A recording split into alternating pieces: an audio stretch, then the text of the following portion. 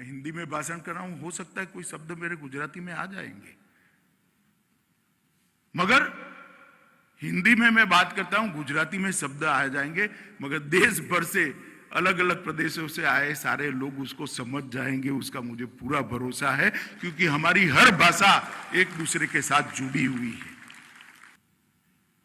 मैं आपको दावे से कहता हूं कि कुछ समय के बाद ऐसा समय आएगा कि मेरी भाषा में नहीं बोल सकता, इसलिए लघुता ग्रंथि का अनुभव,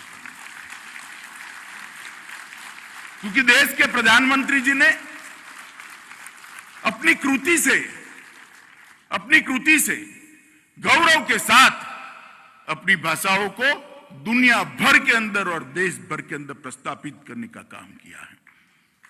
शायद ही कोई प्रधानमंत्री होगा जिनको वैश्विक मंच पर इतना सम्मान मिला होगा जितना श्री नरेंद्र मोदी जी को मिला है, शायद ही कोई प्रधानमंत्री, मगर हर जगह पे नरेंद्र भाई ने दुनिया में भारत की बात अपनी राजभाषा में रखकर राजभाषा के गौरव को,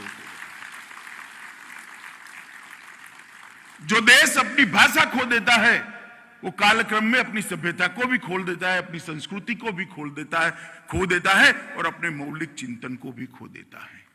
और जो देश अपने मौलिक चिंतन को खो देते हैं वो दुनिया को आगे बढ़ाने के लिए कंट्रीब्यूट नहीं कर सकते, योगदान नहीं कर सकते। दुनिया में लगभग 6000 भाषाएं बोली जाती हैं, मगर मैं मानता हूं कि भाषाओं के बारे में हमारे देश को ईश्वर की कृपा है, मां सरस्वती की कृपा है। सबसे ज्यादा बोली जाने वाली और लिपिबद्ध भाषाएं अगर किसी एक देश में है तो वो भारत के अंदर है। और हजारों साल का हमारा इतिहास, हजारों साल की हमारे संस्कृति का धारा प्रवाह इसके अंदर समाहित, उसको आगे बढ़ाना है। भाषा जितनी सशक्त होगी, समृद्ध होगी, उतनी ही संस्कृति सभ्यता विस्तृत होगी और सशक्त होगी और उतनी ही चिरंजीव होगी। अगर हम हमारी संस्कृति को संभाल कर रखना चाहते हैं, इसको आगे ले जाना चाहते हैं, तो हमारी भाषाओं को हमने मजबूत करना पड़ेगा। अपनी भाषा से जुड़ाव, अपनी भाषा से लगाव और अपनी भाषा के उपयोग से मैं युवाओं को आह्वान करना चाहता हूं, कभी भी शर्म मत रखिए, ये गौरव का विषय है।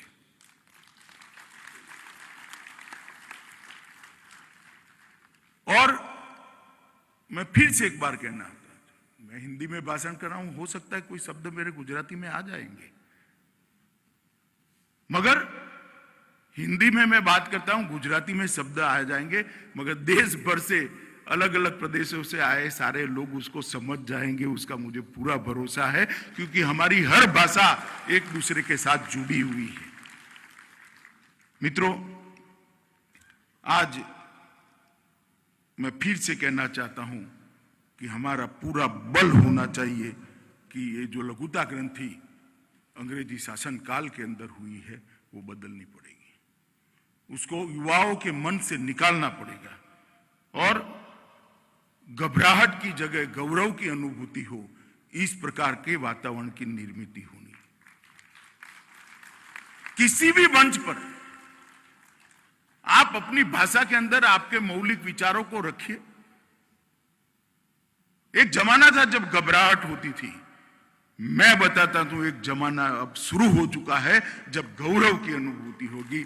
घबराहट से गौरव को बदलना ये बहुत बड़ी उपलब्धि है नरेंद्र मोदी जी के शासनकाल की। स्वभाषा ही अभिव्यक्ति को सुनिश्चित करती है, स्वभाषा ही चिंतन को गति देती है और स्वभाषा ही नए परिमाणों को और नए परिमाणों की दिशा में सोचने के लिए हमें उद्वेलित करती है। स्वभाषा व्यक्ति के विकास के लिए बहुत महत्वपूर्ण है। मित्रों, आत्मसम्मान अगर हमें खड़ा करना है तो हमें राजभाषा और स्वभाषा दोनों को मजबूत करना पड़ेगा। मित्रों, प्रधानमंत्री जी के नेतृत्व में जो नई शिक्षा नीति बनी है, इसका एक प्रमुख स्तंभ है कि भारतीय भाषाओं का संरक्षण और संवर्धन और राजभाषा का भी संरक्षण और संवर्धन। शिक्षा का मूल आधार सोचना है। शिक्षा का मूल आधार स्मरण है। लिखाई पढ़ाई होती रहती है, इसीलिए एक जमाने में हमारे यहाँ श्रुति और स्मृति को महत्व देते थे, मगर सोचना और स्मरण करना दोनों चीजें स्वभाषा में जितने अच्छे तरीके से होती है इतना कहीं पर भी नहीं होता है। और मैं आप सबको आग्रह करना चाहता हूं कि मोदी जी के नेतृत्व में जो नई शिक्षा नीति बनी है इसका आप अध्ययन करिए। इसमें स्वभाषा पर, राजभाषा पर बहुत बल दिया गया है और मोदी जी के नेतृत्व में अनेक प्रकार के अभ्यासक्रम, इंजीनियरिंग का हो या मेडिकल का हो, ये सब के अनुवाद अलग अलग भाषाओं में, अभी तक तो 8 भाषाओं में तो शुरू हो चुके, राजभाषा में भी शुरू हो चुके। इसकी पढ़ाई लिखाई जब जिस दिन इस भाषाओं में शुरू होगी, मैं बताता हूं अनुसंधान में हमारा देश सबसे ऊपर होगा, क्योंकि अनुसंधान अपनी भाषा में ही सबसे अच्छा हो सकता है। हमारा देश पिछड़ गया, इसका मूल कारण यह है कि पढ़ाई लिखाई, अनुसंधान के विषय हमारी भाषाओं में नहीं हुए। और मोदी जी ने ये जो परिवर्तन किया है, वो परिवर्तन आने वाले दिनों में भारत के भविष्य को बदलने वाला परिवर्तन होने वाला है, इसका मुझे अभी बहुत विश्वास है। मैं आज सभी इस सभागार के अंदर, तुलसी सभागार के अंदर जो लोग बैठे हैं, सभी को अनुरोध करता हूं कि नया शिक्षा नीति का जो एक मुख्य बिंदु है अपनी भाषाओं को मजबूत करने का, उसको आप देश भर में इसके स्वागत का एक माहौल बनाइए, इसके स्वागत के लिए एक अनुकूल वातावरण की निर्मित कराइए। जब तक देश की प्रशासन और नौकरशाही की भाषा देश की नहीं हो सकती, लोकतंत्र सफल ही नहीं हो सकता। प्रशासन की भाषा ऐसी हो जो 5-7% लोग समझ सकते हो, तो लोकतंत्र कैसे सफल होगा? लोकतंत्र तभी सफल हो सकता है जब प्रशासन की भाषा स्वभाषा हो, राजभाषा हो। और मैं बड़े गौरव के साथ आप लोगों के सामने कहना चाहता हूं कि आज गृह मंत्रालय में एक भी फाइल ऐसी नहीं है जो अंग्रेजी में लिखी जाती है या पढ़ी जाती है। पूर्णतया हमने राजभाषा को स्वीकार।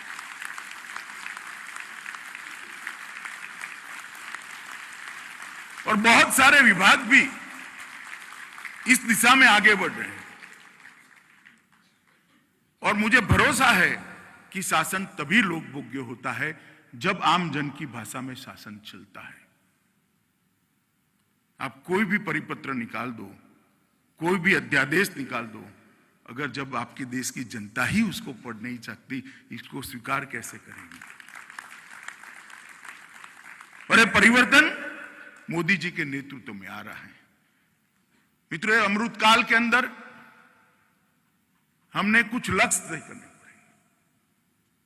किस देश की शिक्षा की भाषा स्थानीय भाषा और राजभाषा हो, इस देश की प्रशासन की भाषा स्थानीय भाषा और राजभाषा हो, इस देश की न्याय व्यवस्था की भाषा स्थानीय भाषा और राजभाषा हो, इस देश की तकनीक की भाषा स्थानीय भाषा और राजभाषा हो, और जनसंचार की भाषा, मनोरंजन की भाषा भी स्थानीय और राजभाषा में हो। अगर हम ये लक्ष्य तय करते हैं, और कोई संघर्ष करने की जरूरत नहीं है, ये उद्देश्य इतने बड़े हैं, सिर्फ हम विश्वास के साथ, आत्मविश्वास के साथ लोगों के सामने लगे, जनमानस उसको तुरंत स्वीकार कर लेगा।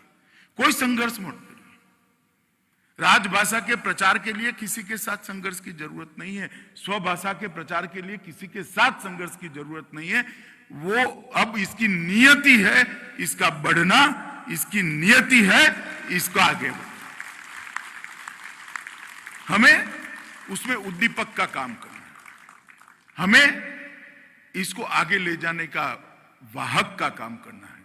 और वो आज मुझे लगता है कि हमने तय करना चाहिए। ये 5 जो चीजें हैं जहां भाषा को हमने मजबूत करना है, उस पर मेरा आप सबसे आग्रह है कि देश में इस प्रकार की वातावरण की निर्मित करने के लिए भी हम आगे बढ़ें।